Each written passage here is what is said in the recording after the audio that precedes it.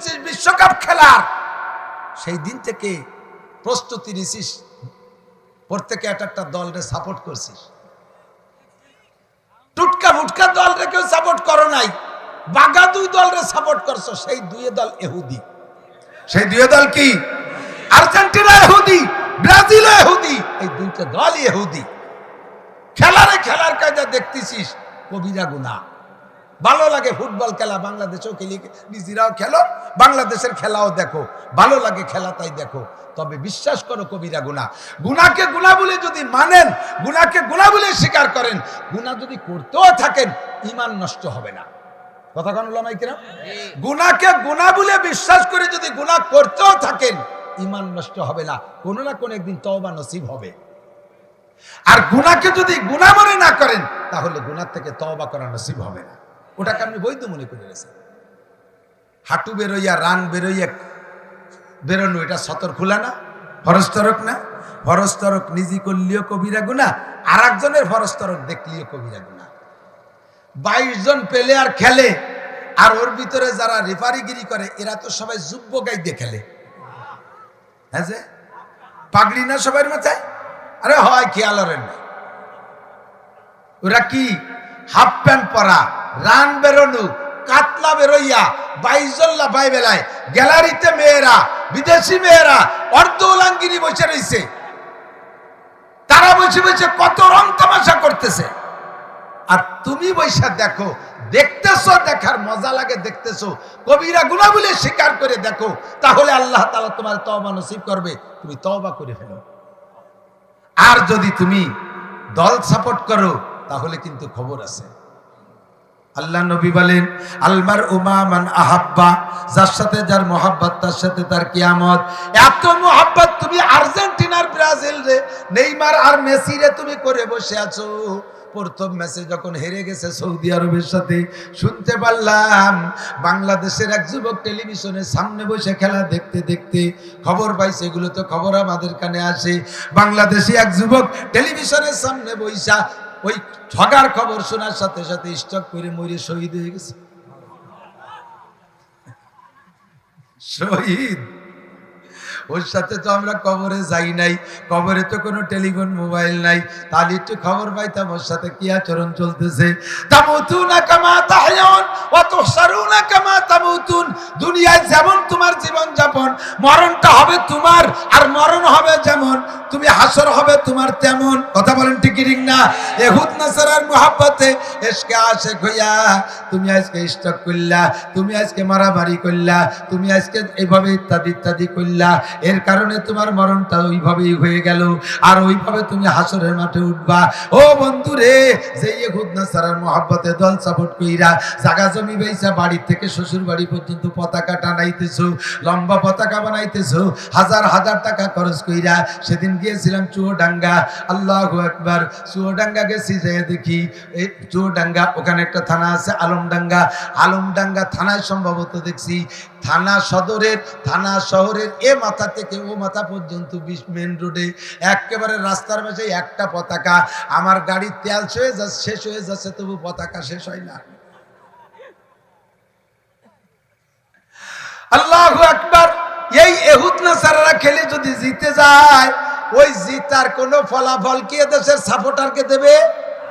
ওরা টাকা বলি কি সাইরেনা দিয়ে একটা চকলেট কিনে তোমারে ফাটাবে? তাই তুমি সুসর দল এ জায়গাতে লাফাও কেন?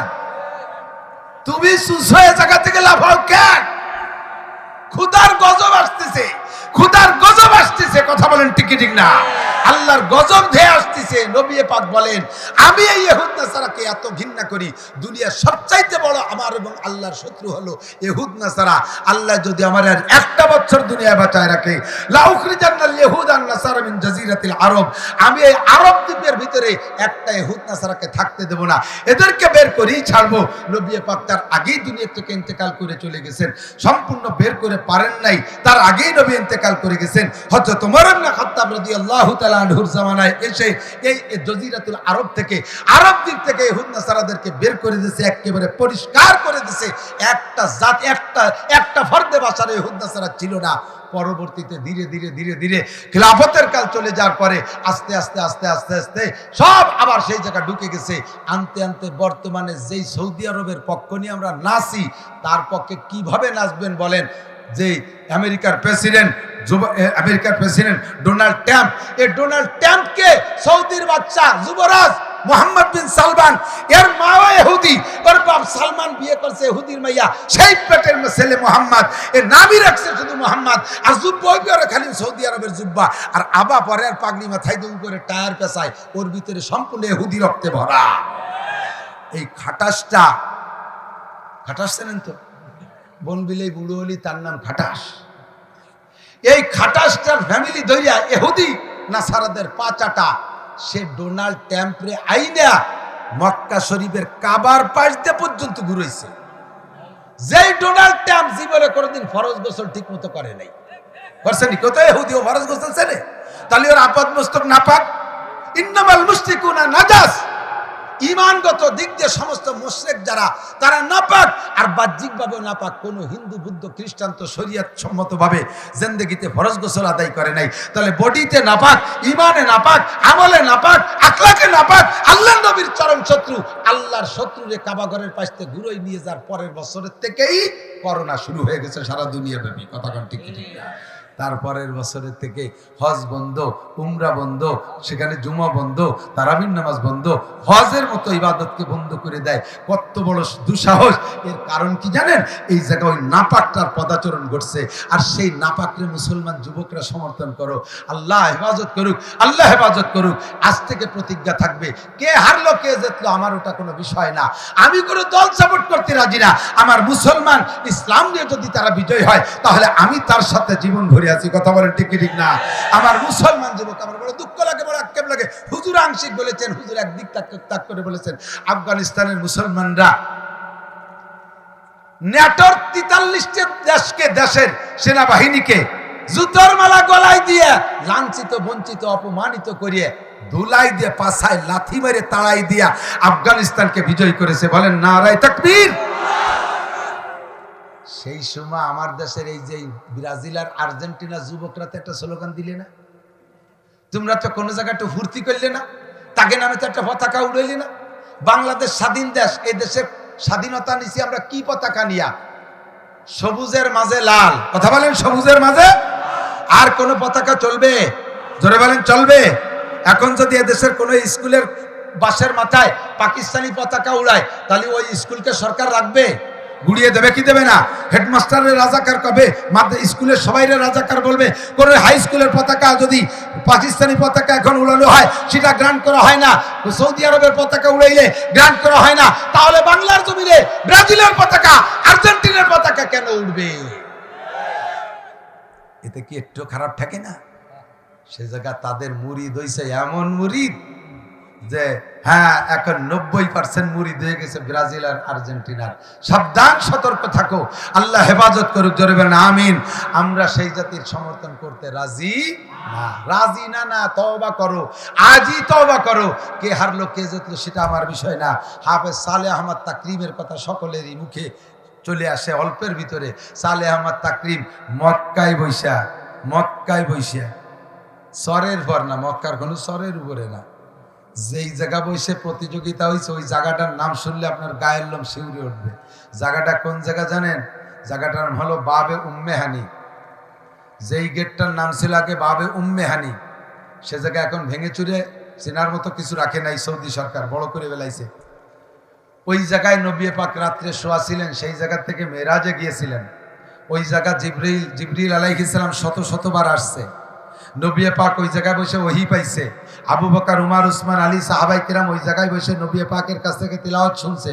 সেই জায়গায় বসে প্রতিযোগিতার অনুষ্ঠানের মঞ্চে বৈশা সৌদি আরবের ছেলেরা পারে নাই, মক্কার ছেলেরা পারে নাই, মদিনার ছেলেরা পারে নাই, জিদ্দার ছেলেরা পারে নাই, রিয়াদ তায়েফের ছেলেরা পারে নাই, সৌদি আরবের আরো অনেক দেশের ছেলেরা পারে নাই। তার ভিতরে আমার বাংলাদেশের ছোট্ট বাচ্চা সালেহ আহমদ তাকরিম বিজয় লাভ কইরা 111টা দেশকে পিছে বেড়াইয়া বাংলাদেশের পতাকাকে উড্ডীন করে সেখানে বাংলাদেশের মর্যাদাকে লাখো কোটি গুণ বাড়াইয়া বাংলাদেশে নিয়ে আসছে। কথা বলেন ঠিক কি ঠিক না? সে জায়গার জন্য তো রাত 3টের সময় একটা স্লোগান দিলে না, তার জন্য তো কোন জায়গায় একটু লাফাইলে না। তুমি কার জন্য লাফাও, কার জন্য ফালাও, ভালো করে মনে রাখো, যার সাথে লাফাইতেছো কিয়ামতের ময়দানে তার সাথে তোমাকে জাহান্নামে যেতে হতে পারে। আর মুসলমান ছাড়া অন্য কোন জাতি ভেস্তে যাবে? একটু জোরে কর না, ভয় পাচ্ছেন নাকি? মুসলমান তাও মুসলমান হতে হবে, মাজাইরিয়ে বাজাইরিয়ে মুসলমান মুসলমান না। যেভাবে মাজারে ঢোল তবলা জুড়ি গান বাজনা দিয়ে জৈটো মৈসো বগল পাল্টি লাফালাফি করে, আল্লাহর কিরে ইসলাম ওরকম না। কথা কন, ইসলাম ওরকম। ইসলাম যদি ওইরকম হতো তাহলে ওই ইসলামের দ্বার দাঁড়তাম না, ওই ইসলাম গ্রহণই করতাম না। ইসলাম মুহাজ্জাব, ইসলাম পরিষ্কার, ইসলাম পরিচ্ছন্ন, ইসলাম ইন্নাল্লাহ জামিল ইউহিব্বুল জামাল। আল্লাহ সুন্দর পছন্দ, আল্লাহ সুন্দর, আল্লাহ সৌন্দর্যকে পছন্দ করে। এই সুন্দর আর সৌন্দর্যের মাপকাঠি আর মডেল আল্লাহ তাআলা দিয়েছেন। নবী পাক হলেন সৌন্দর্যের মাপকাঠি, সাহাবায়ে কিরাম হলেন সৌন্দর্যের মডেল। তারা যেভাবে ইসলাম পালন করেছে সেই রকম ইসলামের নামে ইসলাম। সে জায়গা মাজারে সিজদা হয় না, সে জায়গা মাজারে লাল পতাকা নাই। নবী পাকের মাজারের চাইতে বিশ্বে আর কোনো দামি মাজার হতে পারে? জোরে বলেন পারে? সমস্ত নবী রাসূলদের মাজারকে একত্রিত করলে আমার নবীর মাজারের মতো হয় না। বাঙালি ভণ্ডরা যাইয়া সে জায়গা যে নবী পাকের কবরকে সামনে করে মদিনায় যাইয়া, যারা একটু হজে যায় ওই ভণ্ড পার্টিরও কেউ যাইতো, যাইয়ে সে জায়গা কবরকে সামনে করে মুনাজাতে দাঁড়ায় যায়। আর সাথে সাথে সৌদি আরবের মোটা মোটা পুলিশরা গেটি ধরে ঘুরে দেখায়, ইয়া হাজ হাজা শিরক, হাজী সাহেব তুমি যা করতেছো এটা শিরক, ইস্তাকবিলিল কিবলা, কিবলার দিকে ফেরো, ওয়াইজা সালতুম ফাসআলুল্লাহ, চাইতে হলে আল্লাহর কাছে চাও, লিমা তাসালু ইনদা মুহাম্মদ, মুহাম্মাদের কাছে কি চাও, হুয়া ইনসান, সে মানুষ, ওয়া আনতা ইনসান, তুমিও মানুষ, লা শাইয়া ফি ইয়াদিহি, মুহাম্মাদের হাতে কিছুই নাই, কুল্লু শাই ফি ইয়াদিল্লাহ, সবকিছু আল্লাহর হাতে। জোরে বলেন কার হাতে? কাছেই ওয়াইজা সালতুম ফাসআলুল্লাহ, তুমি মুহাম্মাদের কাছে যে শিরিক করতেছো। আর আমার দেশের সাধারণ মানুষ যে বাবার কাছে চায়, পীরের কাছে চায়, সে জায়গা যে সিজদা দেয়, জোরে কর না নাউজুবিল্লাহ। এই শিরিক থেকে বাঁচানোর জন্য আমার নবীকে আল্লাহ তাআলা পাঠিয়েছেন। আমরা কোনো প্রকার ইহুদ নাসারাকে সমর্থন করব না। পাক্কা সহি মুসলমান হয়ে দুনিয়া থেকে যাওয়ার জন্য আহলে হক উলামায়ে কিরামের অনুসরণ করে চলবো। রাজি আছেন ইনশাআল্লাহ? ধর্মের যে কাজই করব আহলে হক উলামায়ে কিরাম। ইদানিং আমাদের ভিতরে মুসলমান নামধারী ফেতনাও কি পরিমাণ আছে তা তো সকলের কাছে প্রসিদ্ধ। কাদিয়ানি একটা আছে, না বললে নয়। আমি যদি একটু না বলি তাহলে নবী বলবেন যে এত মানুষকে পেয়ে তুমি আমার বড় শত্রু আর একটা কাদিয়ানি, তার সম্পর্কে কিছু না বলে চলে আসলে কেন? আমাদের শেষ নবীর নাম মুহাম্মদুর রাসূলুল্লাহ। একটু সবাই বলি, শেষ নবীর নাম কি? মুহাম্মদুর রাসূল। আর কোন নবী আসবে? দরকার আছে? কোন নবীর দরকার নাই। গোলাম আহমদ কাদিয়ানি কে নবী না কাফের? সত্য না ভণ্ড? তারে যারা এই জায়গা বসে, আমি এই ডাক সাইডে জিজ্ঞেস করলাম সত্য না ভণ্ড, হক না ভণ্ড, এই কথা বলতে যারা চুপ করে থাকবেন একটু মুখ খুলবেন না, তাদের সিদ্ধান্ত, তাদের ব্যাপারে ফয়সালা ভিন্ন রকম হবে। আপনি এ ব্যাপারে কৃপণ, ইমানি দুর্বলতার প্রমাণ দেবেন না। ও দোস্ত, মুখ খুলে বলতে হবে গোলাম আহমদ কাদিয়ানি মুমিন না কাফের? ওকে যাদের হাতে ক্ষমতা আছে কাফের বলে স্বীকৃতি, হ্যাঁ থাকবে, তারা থাকবে, এদেশে থাকবে, আমরা তারা বাড়াই মারি ফেলতেছি রে তাকে। তার ভক্তদের তার থাকতে পারে, তারা এদেশে থাকতে পারে। বাংলাদেশ স্বাধীন দেশ, বাংলাদেশ সরকার ঘোষণা দিয়েছে ধর্ম নিরপেক্ষ দেশ, প্রত্যেক ধর্মের লোকই থাকতে পারবে। হিন্দুরা থাকে, বুদ্ধরা থাকে, খ্রিস্টানরা থাকে, ইহুদি থাকে, নাসারা থাকে, নাস্তিক থাকে, মুরতাদ থাকে, মুশরিক থাকে, কাফের থাকে। আমরা মুসলমানরা আছি, ফাঁকে ফাঁকে অন্য কোনো জাতি নতুন যদি আসে তারাও থাকবে। এদেশে তাদের জায়গা জমি আছে, কিন্তু তারা তাদের নিজস্ব পতাকার পরিচয় নিয়ে থাকবে। আমাদের পতাকার পরিচয় নিয়ে তাদেরকে এদেশে থাকতে দেওয়া হবে, ঠিক কি ঠিক না? তারা পরিচয় দেয় আহমদি মুসলিম জামাত। আহমদি মুসলিম জামাত আমাদের পতাকার তলে তারা এসে দাঁড়াইতে চায়। সরকারের কাছে অনুরোধ করব, যদি বাংলাদেশকে দুর্ভিক্ষ মুক্ত করতে চান, বাংলাদেশকে যদি ডিজিটাল করতে চান, শান্তির বাংলাদেশ গড়তে চান, আর আন্দোলন মুক্ত বাংলাদেশ গড়তে চান, তাহলে যে কয়টা পদক্ষেপ নিয়ে আমরা অনুরোধ করব, তার ভিতরে এক নম্বরে গোলাম আহমদ কাদিয়ানির গোষ্ঠীর কাফের বলে ঘোষণা দিতে হবে, ঠিক কি ঠিক না? গোলাম আহমদ কাদিয়ানির গোষ্ঠী মুমিন না কাফের? তাদেরকে কাফের ঘোষণা দেওয়ার দায়িত্ব যাদের, তারাও যদি কারো দ্বিধাদ্বন্দ্বের ভিতরে থাকে, তারাও যদি দ্বিধাবোধ করে আর কেমন কেমন করে, তাহলে আল্লাহ তাআলা তাদেরকে প্রমাণ করে নেবে যে তোমাদের ঈমানের মধ্যে দুর্বলতা আছে। তোমরা সেই দলের অনুসারী থাক, তারা দেশে কিন্তু কাফের নামের পতাকা নিয়ে থাকবে, আহমদি মুসলিম জামাত পতাকা নিয়ে থাকতে পারবে না। 2 নম্বর আরেকটা ফিতনা আছে, আমার যুবক ভাইরা খেয়াল রাখবে। আমার বুড়ো বাবাদের কাছে আসে না, কারণ বুড়োদের একটা স্বভাব ভালো আছে, আমি সব জায়গায় বলে থাকি, বুড়োরা বুড়ো হয়েছে যা করতে করতে ওই অবস্থায় মরতে চায়। বুড়োরা কোনো নিউ কোনো কিছু নিতে চায় না।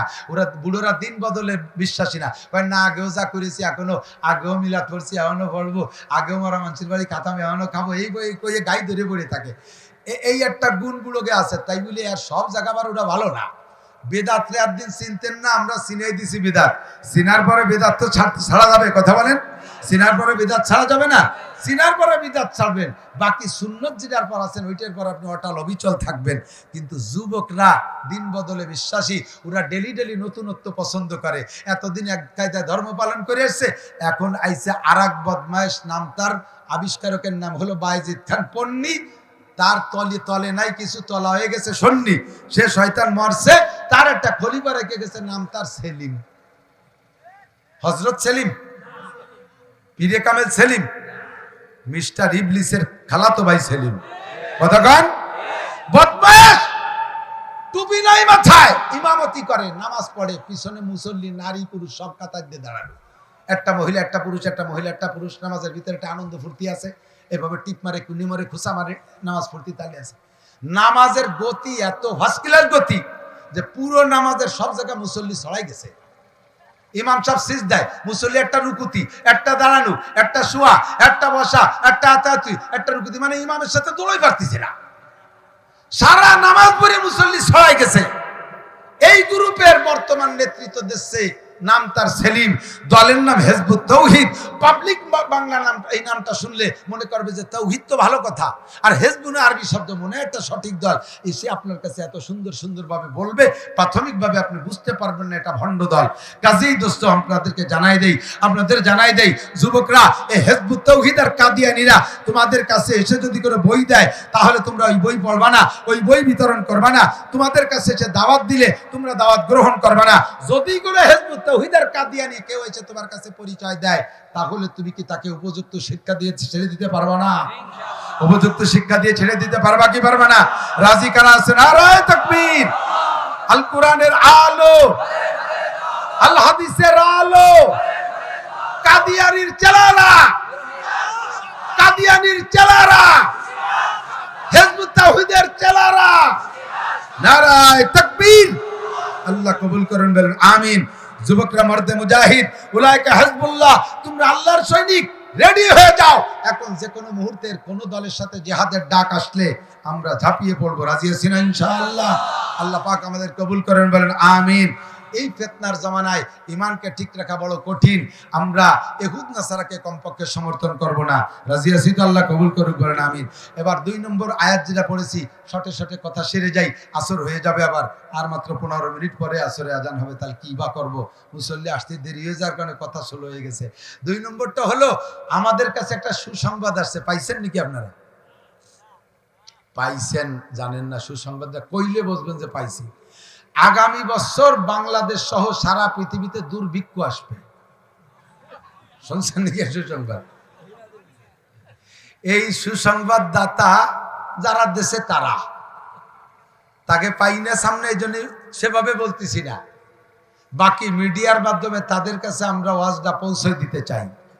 আগামী বছর সুভিক্ষ না দুর্ভিক্ষ কি আসবে, এটা কি কোনো মানুষের বলার ক্ষমতা আছে? ওমা তাদরি নাফসুম মাজা তাকসিবু গাদা। আল্লাহ কা জ্ঞান বিজ্ঞান অর্জন করে আকাশে গেছো, মধ্যাকর্ষণে স্টেশন বানাইছো, চাঁদের দেশে জমি কিনা বেচা করতেছো, মঙ্গল গ্রহ যাইয়ে বরাদ্দ দিচ্ছো, আরো অনেক কিছু করতেছো, করতে পারবা। এইগুলো করতে পারছো বলে মনে করছো সমস্ত এলেম আর জ্ঞান আর ক্ষমতা তোমাদের হাতে। একটুক জেনে নাও, মা উতীতু মিনাল ইলমি ইল্লা কালিল, তোমাদেরকে সামান্য 1 জাররা পরিমাণ জ্ঞান দিছি, বাকি সবটুক আমার কাছে। তোমাদের জ্ঞান দিয়ে ওগুলো অর্জন করতে পারো, তবে 5টা বিষয় জানতে পারবা না। তার ভিতরে তো চতুর্থ নম্বর হলো আগামীকাল, একটু পরে, আগামী বছর, আগামীতে কে কি ইনকাম করব, ধনী হব না গরিব হব, দেশে ফসল হবে কি হবে না, খাবার পাবো কি পাবো না, এই খবর দুনিয়ার কেউ কে আল্লাহ তাআলা জানতে দেয় না অ্যাডভান্স। এটা জানে কে? রুজির মালিক কে? রুজি আসে কোন জায়গা থেকে? আসমান থেকে। রুজি মঙ্গল গ্রহের থেকে নাজিল হয় না, রুজি চাঁদের থেকে নাজিল হয় না, রুজি বাংলাদেশ ব্যাংকে হয় না, রুজি বাংলাদেশ সংসদ ভবনে হয় না, রুজি জাতিসংঘের ব্যাংকে হয় না, জাতিসংঘের মহাসচিবের হাতে হয় না, জাতীয় কি বলা হয় বিশ্ব ব্যাংকে রুজির কারখানা নয়। রুজির মালিক আল্লাহ। অবিসমায়ে রিজকুকুম, আসমান থেকে রুজি আসে, আমার আল্লাহ আসমানের মালিক, আসমান থেকে রুজি পাঠাবে। এখনো তোমরা আসমানে যাইতে পারো নাই বিধায় রুজির অ্যাডভান্স খবর তোমরা বলতে পারবে না। যদি তোমরা বলো তাহলে এটা শিরকি কবিরা গুনাহ হবে। ঠিক কি ঠিক না? রুজি দেবেন কে? আল্লাহ। ওমা তাদরি নাফসুম মাজা তাকসিবু গাদা। আমরা মাঝে মাঝে বক্তারা রাতের বেলা একটু বক্তা সম্মেলন হয় আমাকে, বিভিন্ন এলাকায় ওয়াজ করি, সবারই তো জানা আছে 12টা 1টার দিক সবার টিপ শেষ। ওই ওয়াজ শেষ করিয়ে পরে ফোনে ফোনে যোগাযোগ করি কেডা কোন জায়গা আসে। তো মাঝে মাঝে যোগাযোগ কইরা খবর পাই খুলনার বক্তা যারা তারা কয় যে আমরা ভাঙ্গা আইছি, আবার আমরা যশোর গেছি, আমরা রওনা দিছি কদ্দুর আইছি। ও বাসালারা বরিশালারা কয় হুজুর আমরা কি হয় মধুখালী আসছি। এভাবে ফোনে যোগাযোগ করে বাইটিপাড়ার মোড়ে আইসি এক জায়গা হই। তো একবার 5 বক্তা এক জায়গা হইছি। তো 5 বক্তা এক জায়গা হইয়া 4 জন খুব হাসি খুশি, বেশ মানে আমাকে খুশি যাতে হয় তা হইছে আর কি, বোঝা যাচ্ছে। মনে রাখেন একটা কথা, আপনার বাড়ি একজন হুজুরে দাওয়াত দিয়েছেন, 40 প্রকারের খাওয়াইছেন, হুজুর যা করার করছে আপনাকে দোয়া কালাম করে টরে দিয়ে খাওয়াইছেন, ধুমসা খাওয়ানো, খাওয়াই দাওয়াইয়া আপনার প্রাইভেট মার্সিডিজ গাড়িতে করে হুজুরের বাড়ি পৌঁছে দিয়েছেন, একটা পয়সাও দেন নাই। হুজুর কিন্তু খুশি না। এত খাওয়াইছেন, বিদেশি হরিণীর গোশ খাওয়াইছেন, তবু হুজুর হাসে না। কিন্তু খাওয়াইছেন 4টে ডাইল ভাত, 10,000 টাকা দিয়ে দিয়েছেন। দেখবেন যে কারণ বসত রান্না বান্না একটু কম করতে পারছে, ভাবি মনে হয় অসুস্থ, কোনো ঘটনা না, যাই হোক টাকা দিয়েছে কিনে খেতে পারবেন। জম্মের খান খাওয়াবেন, টাকা দেবেন না, খুশি না। টাকার সাথে মানুষের সাথে আল্লাহ এমন একটা আকর্ষণ পয়দা করে দিয়েছে। আমার মার বয়স 100 হয়ে গেছে। সেদিন মা ভাইয়ের কাছে ঢাকায় সেজো ভাইয়ের কাছে গেছি, যাই বলতেছি মা টাকা পয়সা লাগবে নাকি? মা কয় যে টাকায় কেউ না কয় নাকি? 10,000 টাকা নতুন কড়কড়ি টাকা, মা নতুন টাকা পছন্দ করে, 500 টাকার নোট 10,000 দিছি। মা আর দেবেন নাকি? কয় দিলি না কয় কিটা। আমি টাকাতে কি করেন? কিছু না করলে বালিশি তাহলে তুলি বালটে। টাকা এমনই জিনিস, বুঝাগর সাথে সাথে আর একটু শিখে দিয়ে যায়। দেশের মানুষদের তো শিখেইছি, সব আমল করে না। নাস্তা খাওয়ানোর জন্য আমাকে জন্য 30 প্রকারের ফল কেনে, দেশি বিদেশি ফল। বক্তারা এমন ফল খাতি চায় না, দেখতে দেখতে খাতি খাতি আর মনে চায় না, যা খাবে তা দেয় না। 1 কেজি চাউলের গুঁড়ো বানাইয়া কয়েকখান শীতেই পিঠে দিয়ে একটু শাক রান্ধে দিয়ে দেন। সব বক্তা আশের মতো গেলে চাবায় না। আশেপাশে যারা আছে তারাও কে আল্লাহ সব খাই না ফেলে, যেন খান দুই থই। আসল নাস্তা যা তা মোটে শিখেতেই পারতেছি না। এই ইউটিউবালারা এগুলো ছাড়তে পারে না। আমার এই যায় না, আমার চাইয়ে খাওয়া লাগে কেন? আমার বাড়ি এবার বক্তা, আমার মাদ্রাসার মাহফিলে বক্তা, হাই কোয়ালিটির বক্তা, এই সব দাওয়াত দিছি। সব বক্তা আমার বাড়ি খাবার দিছি। আমার বাড়ি থেকে সিটাই পিঠে বানাইছে, দুপি পিঠে বানাইছে, পান পিঠে বানাইছে। কাঁচা রীতির যায় আর খালি থাল ফেরত যায়, আবার দেয় আবার খায়। ফল ফ্রুট যা দিছি তা সুইও দেয় না। এই জন্য মেহমানদারি এদিক খেয়াল। 2 নম্বরে আপনার বাড়ি আপনার জামাই আইছে, জামাই তো আপনার মাইয়ে পাইয়ে খুশি, তাই না? ভালো একটা মাইয়ে দিয়েছেন, জামাই বউ পাইয়ে খুশি। কিন্তু জামাইয়ের ভাইরা আইছে, তারা কিসি খুশি? তারা খাওয়ানে খুশি। এবার জামাইরে দিয়েছেন দামি দামি পোশাক, জামার ভাইকে শুধু খাওয়াই দাওয়াই বিদায় দিয়েছেন। জামাই কিন্তু তাতে জামাইও খুশি না, তার ভাইরা তো খুশি রাখা। তোর শ্বশুর বাড়ি জীবনেও যাবো না। ও সামাজিক, খালি একদিকে হাত দিয়া দেয়। বক্তারা যায়, বক্তাকে কাজ দেয়, তারা তো আলাদা সম্মান পায়। বক্তাকে সাথে 2-1 জন গেলি তাকেও কিছু দিতে হয়। এই যে এবার কেউ একটু হাই হুই পায় না, দেখছেন? 500-1000 টাকা কিছু না। বক্তাদের সাথে যারা থাকে, বক্তাকে পাইতে হলে ওদের সাথে লাইন রাখতে হবে। প্রধানমন্ত্রীর কাছে যাইতে হলে গোড়াইতে চেয়ারম্যান, মেম্বার, চেয়ারম্যান, এমপি, মন্ত্রী লাইন করে যাইতে হয়। বক্তাকে পাওয়া টাফ ব্যাপার।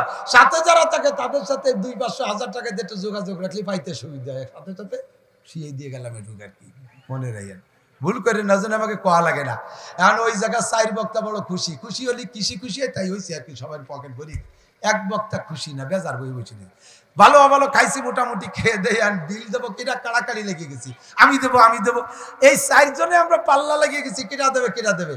ওই যে 5 নম্বর যেজন বেজার হয়ে বলছে, ও কয় না যে আমি দেবো। পরে আমি তো একটু ভিন্ন খেয়ালের, আমি বললাম যে 4 জন আমরা কাড়াকাড়ি করতেছি, এই 4 জন দেবো না। উনি চুপ করে রয়েছে, উনি দেবে। উনি কয়, হুজুর আমার গাড়ি উদা উঠে না। গেছিলাম মাহফিলে, আগের থেকে কথা রয়েছে 50,000 টাকা দেবে। সেই খুশিতে গেছি, শুধুমাত্র তেল কিনে নিয়েই গেছি। যাইয়ে স্টেজে বসে খুতবো পড়ার পরে লাগিয়ে গেল তুমুল গন্ডগোল, মারামারি, বাড়ি কিরাকন দিক চলে গেল। মাইক ধুয়ে চলে এসে, আমরা খাতিও দিইনি, তা তো দূরের কথা। জীবনে এই 50,000 টাকার মাহফিল ছিল, আর আজকে তাই যাইয়ে সেই সব কিছু আমার মাটি হয়ে গেছে। আমার এই বোঝা উঠেন না। পরে বিকাশে ফোন করে 2,000 টাকা নিয়ে তাই দিয়ে তেল কিনে বাড়ি আসতেছে। ওর তো প্ল্যান ছিল আজকে 50,000 টাকা পাবে, সে জায়গা থেকে খালি হাতে চলে আসা লাগে। এরকম বহুত জায়গা আমাদের ঘটে। তাহলে আগামী বছর কি খাবো আর না খাবো, কামাই করবো না করবো, এটা কি সরকার জানে? জাতিসংঘের মহাসচিব জানে? জো বাইডেন জানে? সিনিয়র প্রেসিডেন্ট জানে? রাশিয়ার প্রেসিডেন্ট জানে কে? জোরে বলেন, কে জানে? আল্লাহই জানে। ভবিষ্যৎবাণী ভাবে দিয়েন না। বলেছিলেন বাংলাদেশে করোনা ঢুকতেছে, পাইকারি দরে মানুষ মেরে সাপ হয়ে যাবে, বিশ্বের সবচাইতে বেশি মানুষ মরবে করোনায় বাংলাদেশে। আমরা উলামায়ে কিরাম এ জায়গা গাদ বাদায় বলছিলাম যে না, বাংলাদেশে ওই রকম মরবে না, ইনশাআল্লাহ মরবে না। তার প্রমাণ আমরাই করে দেখাতে সক্ষম হয়েছি। দোয়া করছি, আল্লাহর কাছে কবুল করেছে। সব জায়গা কিছু না কিছু নিয়ম নীতি মেনে চলছে। করোনার সময় আমরা মাদ্রাসাগুলো গোপনে পিছন দিয়ে দরজা কাটিয়ে দরজা বানাইয়া মাদ্রাসাগুলো খুলছি।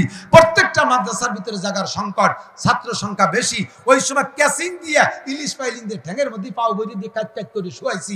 একটা নাকের নিষেধ বেরিয়ে আর একটা নাক দিয়ে বিয়ে পিছন দিয়ে বেরিয়ে গেছে।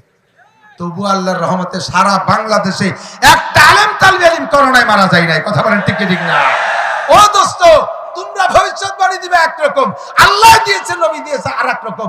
আল্লাহ এবং রসুল যেটা দিয়েছে, আমরা সেই ভবিষ্যৎবাণী নিয়ে সামনে চলি। সামনে বছর দুর্ভিক্ষ বাংলাদেশে হবে না। আপনারা একমত? সামনে বছর বাংলাদেশে দুর্ভিক্ষ হবে না। এখন যদি দুর্ভিক্ষ হয় কি এলি, পেঁয়াজ হলো না, পাট হলো না, ডাল হলো না, সে দুর্ভিক্ষ তো এই গেলে শেষে। হুজুর আপনি কইলেন যে আমাকে শাকপাল দিয়ে চকে বসে আমাদের নিয়ে কইলেন দুর্ভিক্ষ হবে না, দুর্ভিক্ষ এসে গেছে। আমি বলবো, আমার কথা মানেন, আল্লাহর কথা মানেন, সরকারকে বলবো আপনিও মানেন। আমাদের এই কথাগুলো যদি মানেন, আল্লাহর কসম, আল্লাহর 99 নামের কসম, আল্লাহর জাতের কসম, আল্লাহ পাক বলেছেন লাউ আন্না আহলাল কুরা আমানু ওয়াত্তাকাউ লাফাতাহনা আলাইহিম বারাকাতিম মিনাস সামাই ওয়াল আরদ। যদি তুমি আমার দুইটা কথা মানো, ঈমানদার হও আর মুত্তাকিন হও, আমি আসমান থেকে রহমত, জমিন থেকে বরকতের দরজা খুলে দেব। এই জগতে তোমাদের জন্য দুর্ভিক্ষ হবে না। কথা বলেন ঠিক না? এর জন্য আল্লাহ রসুল বলেন, দুর্ভিক্ষ ঠেকানোর জন্য একটা ওজিফার পর আমল করো। হুজুর বলেন, মানে হাফাজা আলাস সালাওয়াত। এই সময় কম বিদায় তাড়াতাড়ি বলতেছে, সাবান সারা গিলা লাগতেছে, কান খাড়া রাখবেন, শুনি সত্যি পারবেন না, এদিক থাকেন। আল্লাহ নবী বলেন, যেই ব্যক্তি 5 ওয়াক্ত নামাজ ঠিক করে পড়বে, কয় ওয়াক্ত? আল্লাহ রসুল বলেন তারে 5টা পুরস্কার দেবে আল্লাহ। কে দেবে? কয়টা জানা আছে না? 1 নম্বরটার নাম কি? দুনিয়ায় অভাব থাকবে না। দুনিয়ায় কি থাকবে না? নবী বলেছেন না কথা? নবীকে নিজের থেকে বলছেন, উপর থেকে শুনে বলছেন?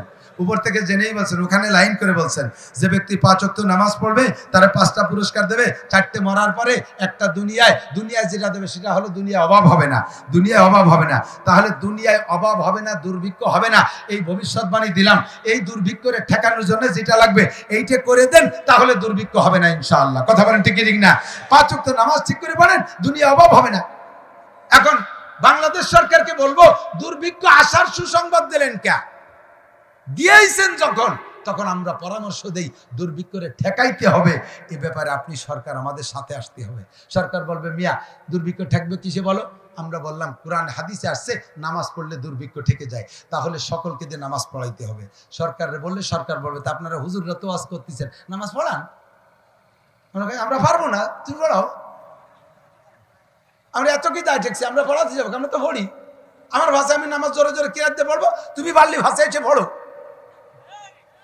যদি বাংলাদেশকে ডিজিটাল করতে হয়, ডিজিটাল বলে ঘোষণা দিয়েছেন, সত্যি যদি ডিজিটাল বাংলাদেশ করতে হয় তাহলে দুর্ভিক্ষ ঠেকাইতে হবে। খালি বড় বড় রাস্তার নাম ডিজিটাল না, বড় বড় ব্রিজের নাম ডিজিটাল না, বড় বড় বিল্ডিং এর নাম ডিজিটাল না, ডিজিটাল মানুষ করতে হবে আগে। কথা বলেন ঠিক ঠিক না? ডিজিটাল মানুষ করতে হলে এদেশ থেকে দুর্ভিক্ষ তাড়ান। মানুষ গড়েন, দুর্ভিক্ষ তাড়ান। ডিজিটাল মানুষ না হলে দুর্ভিক্ষ তাড়বে না। চোর খেদান, অফিস থেকে চোর তাড়ান, অফিস থেকে চোর তাড়ান। রাস্তা মারে, খাল মারে, বিজিএফ কার্ড মারে, পঙ্গু ভাতা মারে, বিধবা ভাতা বেশি খায়, বয়স্ক ভাতা বেশি খায়, এ জায়গায় যারা ঘুষ খায়, রাস্তার পিস খোয়া খেয়ে বেলায় দিচ্ছে, কারেন্টের খাম্বা খুঁটি চৌগিলি খেয়ে বেলায়, তার মার মুলাইয়ে খেয়ে বেলায় দিচ্ছে, ঠিক না? এইগুলোর অপারেশন করেন। 2 নম্বর, নামাজ পড়ান। এই জন্য আমি প্রত্যেকটা মাহফিল এখানে বলতেছি, আরো বলবো সিজন বইয়ে আমরা সর তুলবো। গতকালকে ডিআইজি রফিকুল ইসলাম শিমুল, বাংলাদেশের খুব অন্যতম একজন ডিআইজি, আমার পাইকান্দি গোপালগঞ্জ বাড়ি, তার উপস্থিতিতে তার মাহফিল এর চাইতে বেশি শ্রোতা পেয়েছি। সে জায়গা বলছি আমার গোপালগঞ্জের 100% আমলিগ নিয়ে আমি সেখানে হাত উঠিয়ে মাননীয় প্রধানমন্ত্রীর কাছে ইউটিউব চ্যানেলের মাধ্যমে, মিডিয়ার মাধ্যমে জানিয়ে দিয়েছি যে বাংলাদেশ সরকার, আমরা তো ওয়াজ নামাজের জন্য জীবন ভরে করতেছি, আপনি একটু সংসদে নামাজের বিলটা পাশ করে দেন।